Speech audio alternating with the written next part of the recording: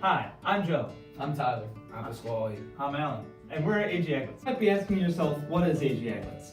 We're actually just an aglet company. We customize and replace the little plastic thing at the end of shoes, sweatpants, and even sweatshirts.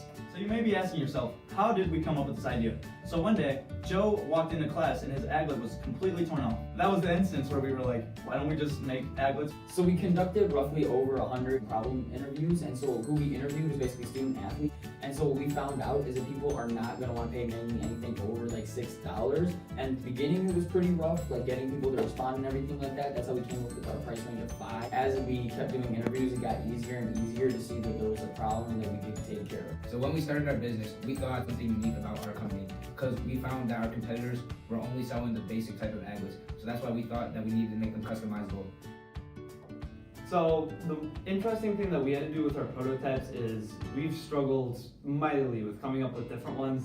I've tried with metal, and an interesting thing with that is when you heat up metal, it gets hot. So when we did that, I had to try to pinch it into place for the correct shape, and just about scalded my fingers off. So that was a failure of the prototype. And for me, I try to create the correct measurements of 25 millimeters for a usual aglet. If you want to make them bigger for as much as you can. So our most interesting customer was one of my football teammates, Sam Vern. And the reason why is because when we told him what our solution was, he said that he had the exact same problem. Another interesting customer that I had was my friend Stephen Whiten. He had an issue where both of his aglets fell off of his sweatshirt and his shoes.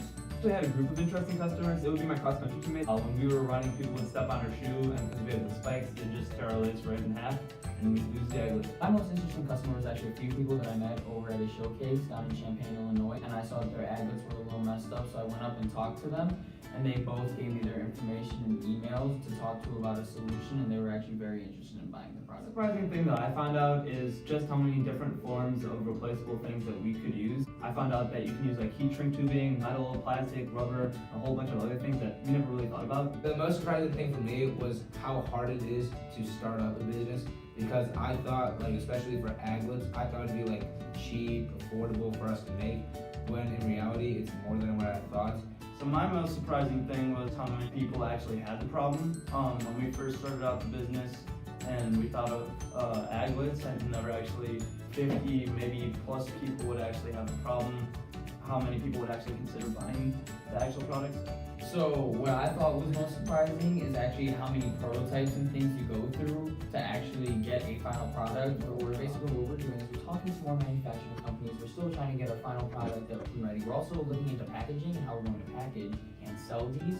And we're also looking to basically go to sneaker events to sell the aglet. Thank you from AG Aglets.